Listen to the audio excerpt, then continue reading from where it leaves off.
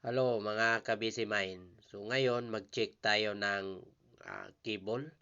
So natapos na natin mailagay yung first fix, second fix. So preparation na ito sa third fix sa mga devices na yan. So kailangan natin gawin yan bago maglagay tayo ng mga devices. I-check muna natin yung lahat ng mga cable kung wala bang putol, grounded, or short circuit.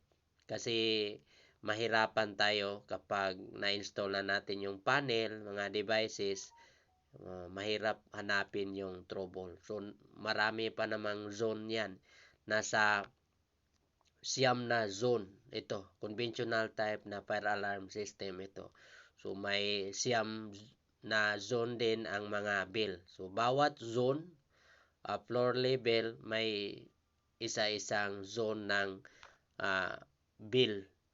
So yan ang gagawin natin. I-check natin lahat ng mga cable, continuity, grounding, short circuit, para clear na yung cable natin bago natin ilagay yung mga devices at saka panel para hindi mag-trouble yan. So yan ang mga dapat nating gawin kapag nag-install tayo ng fire alarm system.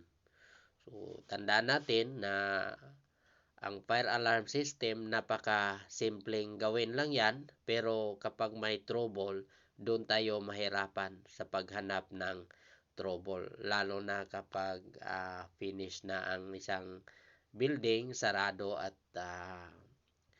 lahat ay na-fix na yan, doon tayo mahirapan sa pag-fix ng mga trouble.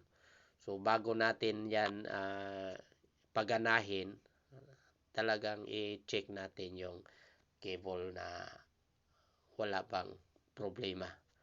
So kung may ideya din kayo sa mga fire alarm system, so paki-share naman sa comment section para makapagbigay din tayo ng kaalaman sa mga baguhan at gustong matuto sa fire alarm system. Okay?